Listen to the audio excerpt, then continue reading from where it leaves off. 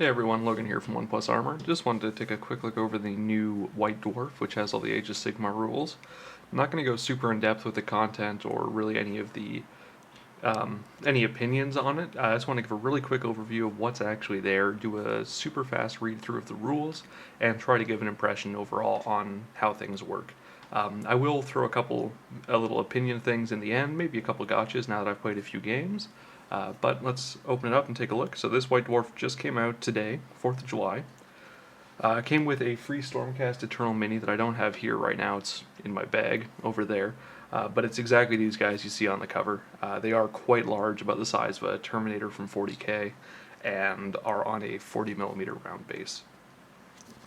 So going through here, the whole issue is based around the Age of Sigmar stuff. There is some really cool artwork. I don't really want to focus on that too much. I just want to get straight to the rules. So as you have probably seen online, there are 4 pages of rules. That's everything right now. This leads most people to believe that there is going to be a second set of rules coming out at some point, but currently this is what we have to work with.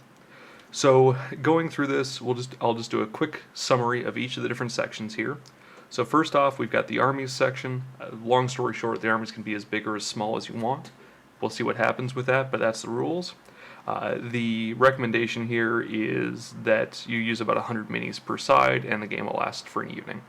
From my experience, granted I've only played 2 games, 100 minis actually makes for a very long game, just because of how the movement happens, but we'll see if that speeds up once people are a bit more familiar. So on to Warscrolls and units. Warscrolls are the specific unit rules. Think of them like data slates in 40K, if you've seen that. That's really about all it is. It's just individual pages of rules. And actually, I'll show you an example of those later on. I'll cut in the second part of this video where we can take a look over a few of the different data slates.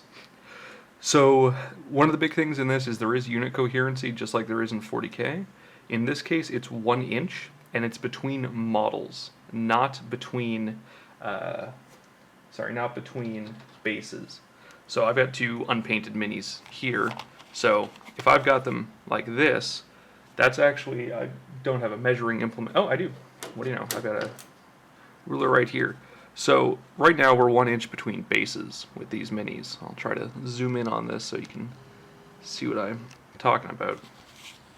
So we've got these guys, and they're 1 inch apart. For normal coherency, this would make sense, right? Let's say this guy's angled like this. But if you go by rules, they actually have to be this close to be in coherency, so they're actually an inch apart. And this seems to have been Games Workshop's way of getting around having to rebase your army. So it leads to a few potential problems in terms of how combat pile-in moves and everything work, but it is what it is. Going on from there, it just clarifies use a D6, or if you use a D3, you cut in half and round up. And then we talk about the battlefield. You can play this on any size. I think the recommendation is to do no smaller than 3x3, but we played 100 wounds per side, and 6x4 is still a really good table size for it, so it still works. For terrain pieces, it's randomized terrain setup. You just roll 2d6, and there's a little table down here that tells you how many pieces you use to correspond to that, and it's like fantasy. There's magical terrain that nobody ever used. In the 2 games I played today, we used them, we rolled for them, and they never once got used. Moving on from there, we have the deployment map. So we've got normal battle lines, we've got normal like battle for the pass, and then this is a new one where it's L shapes. Now the interesting thing with this is you still have to be more than 12 inches away from your enemy's deployment zone. So in this case, this works out to a sort of a 12-inch L shape on each side that you can deploy in, and I can see it making for some really dynamic play. Going on, after you finish deploying, deployment is still alternating, but when you drop 1 unit at a time, you can choose at any point to stop deploying, and that will lead you into sudden death that we'll talk about in a second. That's down here, sudden death victories. And that is a certain scenario where if you're outnumbered, at the beginning of the game, you can choose a different victory objective to figure out how you win the game. So once you're done deploying, you select who your general is. They have a command ability that we'll talk about over here later on, and that basically buffs a unit or a group of units. So normal victory is simply based on percentage of models left at the end of the game. If you have a higher percent of models than your opponent does, you win. If you completely table them, you get a major victory. Now, sudden death is the other thing we were talking about. If at the beginning of the game you are outnumbered by a third, so if you have 30 models and they have 40, you are outnumbered by a third, or if you have, let's say, 60 models and they have 80, you are again outnumbered by a third, you can choose a different set of victory conditions, and those are outlined up here. I'm not sure if you can see that, I'm not sure with the glare, but basically you can choose that and you pick it from this list. So if you pick Assassinate, the enemy player picks a unit with the hero, wizard, priest, or monster keyword in their army, and if you kill that unit, you win the game. Blunt, the enemy player picks a unit with 5 more models in their army, slay that unit, and you win the game. Endure, have at least one model which started the battle on the battlefield still in play at the end of the 6th battle round. If you do that, you win the game. And Seize Ground, pick one terrain feature in the enemy territory, have at least one friendly model within 3 inches of that feature at the end of the 4th battle round, and you win the game. That's it's interesting. We played it in one game and it ended up with me getting a victory through Endure simply because my opponent could not kill all of my models. I didn't necessarily have to kill anything of his or worry about how many of my guys were left. As long as there was one, I still won. Moving on from there is a rule called the Triumph Table. If you won your last battle, I believe in a major victory, I'd have to double check this, but anyway, if you won your last battle, you roll a d6 and you get a bonus for your army. So 1 to 2, you can change the result of a single dice roll during your game. 3 to 4, you can reroll all failed to hit rolls for one unit in one combat phase. And 5 to 6, you give your general an extra wound. So, not bad. Then we go into the actual battle round. We have Hero Phase, which is casting spells and using heroic abilities, so the command ability, for example. Movement Phase is doing moving. Shooting is shooting. Charging is charging. Charging is handled slightly different in this from the other games, so we'll get into that. Then you have the Combat Phase, where you actually do attacks back and forth, and again, that's different from the other Warhammer games. Then you have Battle Shock, which is similar to morale tests, but instead of running, your guys just die. So, pre-battle abilities, in that case, if you both have them, you roll off. I haven't come across any yet, so you may have, I haven't. Then you have the Hero Phase. So in this, you cast spells. So magic, it's now 2d6. If you beat the casting cost, it goes off. If your opponent doesn't have a wizard, they can't dispel at all. And if they do have wizards, notice wizards plural, they can dispel multiple spells. Most wizards, depending on how powerful they are, can only dispel a single spell, or attempt to dispel a single spell. And not all wizards get bonuses to doing so, so you need to look over the individual Warscrolls to figure out the rules on that. Moving on from there, you get to choose your command ability. This is something your general has. You can always choose to use Inspiring Presence. You pick a unit from your army that's within 12 inches of your general. They don't take Battle Shock tests. Other units have other abilities they can use for the command ability. That varies based on army, based on individual model and Warscroll. So take a look at what your army has and make a decision from there. Next up, we have the movement phase. Remember, your guys have 1-inch coherency. You cannot move within 3 inches of an enemy unit. However, there is no restriction on moving in between, intermingling with your own units. So if you have guys that want to stand right next to each other, you can do that. You just need to make sure you keep your 1-inch coherency. Running is now a type of movement. You roll a d6 and you add that to the unit's movement. If you run, they can't shoot or charge. And then you have flying.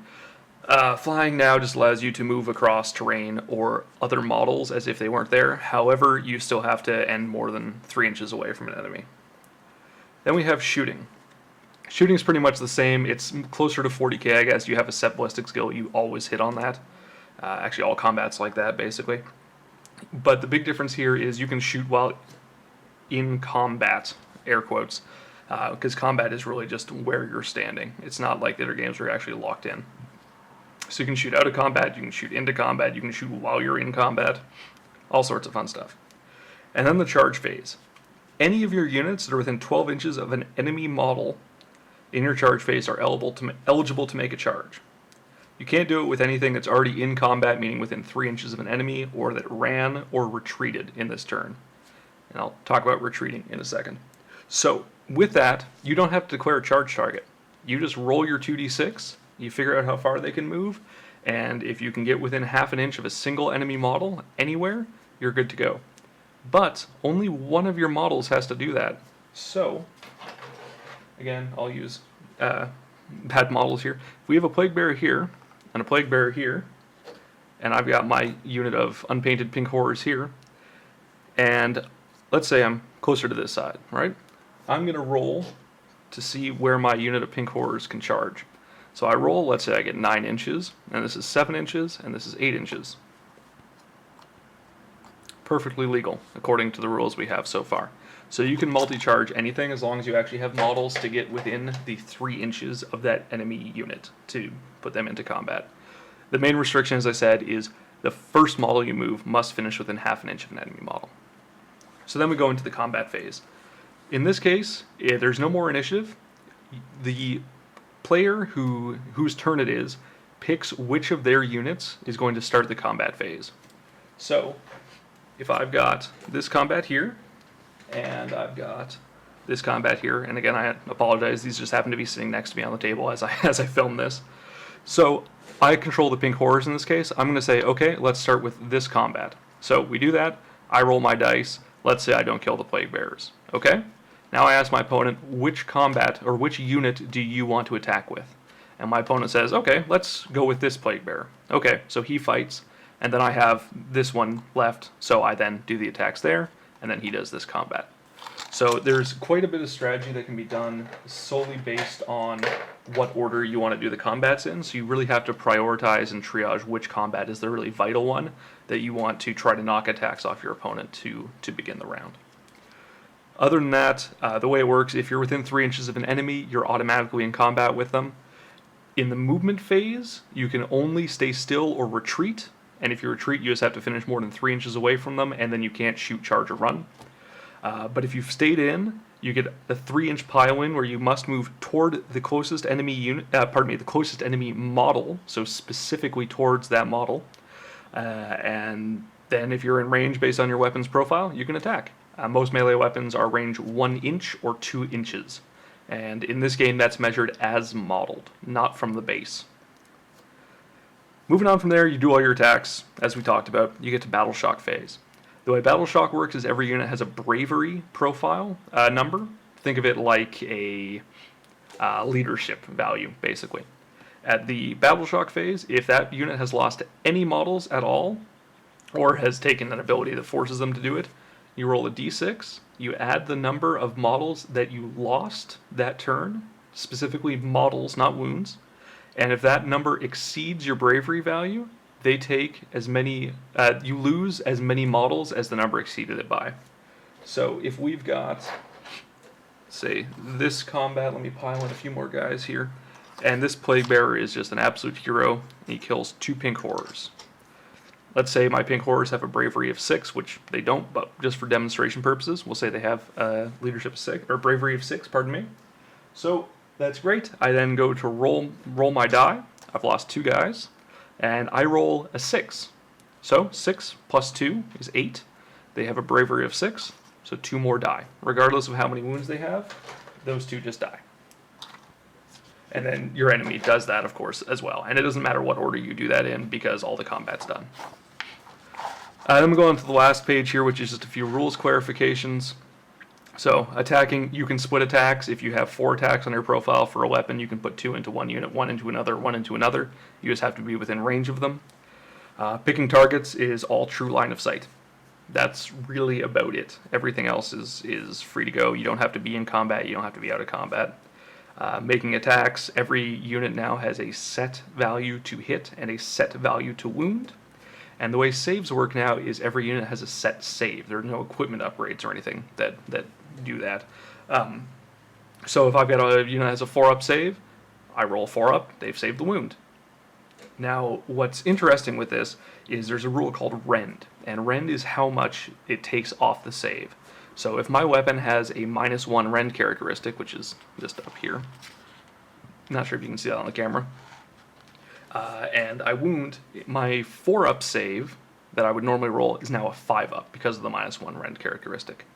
There's also something called mortal wounds. Now, mortal wounds bypass armor entirely. And in some cases, if you have the ability to just inflict mortal wounds like spells do, which we'll talk about here, it just happens. There's no to hit roll, you just take that many wounds, no armor saves. So, after we've done all our save rolls, we have our pool of wounds, and then the 4th step there is to determine the damage. So, Once those saves are all rolled, I have, let's say, so that's the actual wounding. Then we go to inflicting damage. So once all those saves have been done, I figure out how many wounds I take. The controlling player chooses specifically which models to assign the wounds on. So, again, I'll pull out my horrible unpainted minis here. I've taken, let's say these are 2 wounds each, and I've taken 5 wounds, right? So I'm going to say, and then we got the player that's actually doing the killing. He's over here. I'm going to say, okay, I want my guys to stay in base contact. I'll take 2 on this guy, 2 on this guy, and then 1 on this guy. So he's still alive. Now the only caveat on this is if you start applying wounds to a model, you have to continue on that individual model. So you can't do like one wound on all 5 models. You have to start on one and keep applying to it until it's dead. Then we have cover. If all models in the unit are within a terrain feature or on a terrain feature, you add 1 to their save rolls. And that doesn't count if you have just charged into that terrain, only if you're already in it. And then we get on to magic. As I said, magic is very simple. You take 2 dice, you roll it, and if you beat the casting value, you're good to go. That's really all there is to it. Wizards can cast a specific number of spells. It says it in their profile. Some can cast 1, some can cast 5 in the case of like Nagash, but usually it's on the lower end. Then you get the crazy stuff like the Slan, who can cast 4, and Nagash, who can cast 5. But most I've seen are 1 to 2 spells. It's maybe 3. And different war scrolls that you take in your army give you different spells. So for vampire counts, for example, normally all you'd have is Arcane Bolt and Mystic Shield, and then whatever your war scroll gives you. But if you also take a war scroll of zombies in your army, you get the Summon Zombies spell. And if you take a unit of Graveguard, you get the Summon Graveguard spell. If you take a Necromancer, you get the Van Hell's Dance Macabre spell. So you have to keep that in mind whenever you're building your list. And then, in sort of the form for this game, the most important rule, roll a die if there are rules conflicts. And there you go. And apply the solution that says that makes the most sense or seems the most fun. So, let's talk about a few other things in this game. So I just want to take a quick look over the Warscrolls that we've got here. So this is one of the books that's been released already. All of the old armies now have books. It's only the brand new stuff that doesn't so far. So, just to give you a really quick overview for how they're laid out, we've got... Let's look at something a little simpler than the Gash. Let's take a look at a Terrorgeist, which should be around here somewhere. Alright, so we got a Terrorgeist. So they have basic profiles over here on the left. We have the number of wounds they have, how far they can move, which we'll talk about this in a second, their armor save, or just save, period, and their bravery value, which I talked about before. If you see these stars, it means it corresponds to a table here. This isn't directly clarified anywhere in the rules, but it's the only way that makes sense, unfortunately. So, let's take a look through these. So almost all of these are going to have things broken up into missile weapons and melee weapons. Missile weapons are exactly as they sound, it's a ranged weapon. So Terrorgeist's Death Shriek is a 10-inch range, he gets to use it once, and it corresponds with the table here. And then it outlines the ability further down, which is Death Shriek right here. So we won't talk about the actual rules, just how the profile works. We talked about the fact that when you have a save, it's only modified by the rend value. So you can see on some of his attacks here you have rend. That's pretty much all there is to that. For melee weapons, you may have all of these. So it depends. For some units, it's as modeled, and you have to choose between them. For others, they just happen to have everything. So in this case, we've got Terrorgeist. He always has Skeletal Claws, he always has Fanged Maw, but doesn't necessarily have a Ghoul King on him, right? That's something you can choose, and that's outlined actually further down on here. So one of the key things to keep in mind with monsters that's different from all of the other units is this damage table. And that's where these star values come in, or sun values, whatever they might be. Whenever you've taken a certain number of wounds, which you take a look at on the left-hand side here, that then changes what your characteristics are. So if he's taken no wounds, he gets a 14-inch move, his Death Shriek is on 3 dice, and he has 4 attacks with the Skeletal Claws. But if we go further down, let's say he's taken 10 to 12 out of his 14 total wounds. Now he can only move 8 inches, he only uses 2 dice for his Death Shriek, and he only has 3 attacks with the Skeletal Claws. So, that's one of the important things. And then you have special abilities here. This is pretty similar to how things used to be clarified. Now, I mentioned if you take some units, you get extra spells. Here's an example of that. If you have, a Terrorgeist in your army, you can now summon Terrorgeists on a roll of a 10 for any of your Death Wizards. Uh, it's not clear if you can get that by just taking the model, or if it needs to be alive, or if it even needs to be deployed because of how deployment works, but we'll figure that out at some point. I'm sure it's going to be clarified eventually. Anyway, that's what you get for that. So let's take a look at a wizard now. We'll just go up to Nagash, and then I'll actually talk about keywords as well, because that's another thing that isn't super clear. So I had mentioned before that wizards can only cast or unbind, which is dispelling, a certain number of spells, and they don't get bonuses to it inherently. Nagash is an example where all of these mechanics come together to give you something. So, normally, as I said, a wizard can cast one spell. In this case, Nagash can attempt to cast 3 different spells, normally. And, if he hasn't taken wounds, he can cast and unbind 5 extra spells on top of that, and that of course varies with damage. And he's also one of the very few exceptions I've seen so far that gets bonuses inherently to cast and unbind spells. So be sure to check your unit profiles for that, because those would be the only places it's listed. In the case of wizards, many wizards have their own spells that they get, and only they get. Nagash is an example of that. It's always listed in the magic section for these profiles. For him, he has Hand of Dust and Soul Stealer, and we won't talk about these. These are all free online on GW's site. I'll include a link in the description below. And then the last thing we have is keywords. As far as we can tell, this is simply how things are identified for rules. In this case, like in the Summon Terrorgeist thing, it mentioned that all of your Death Wizards get this. So presumably that means if you have the Death and Wizard keywords, you would get that spell. It isn't immediately clear, but that's what basically everyone has agreed as rules is intended. There's no other way to read that, or mechanics that are mentioned in the profiles flat out don't work. So go with that assumption. If you find something that says otherwise, please by all means comment, let us know. But I think that's almost definitely what was intended. And then there's other things like Hero, Priest, Monster. All of these do correspond as well with some of the core rules for how things work, as well as sort of how you have to agree with your opponent to play this. So keep that in mind when you're building it. And with that, we'll go back to the White Dwarf overview and wrap up from there. So it's 4 pages of rules. That, unfortunately, means there are holes, just as you would expect in a game that has 4 pages for rules.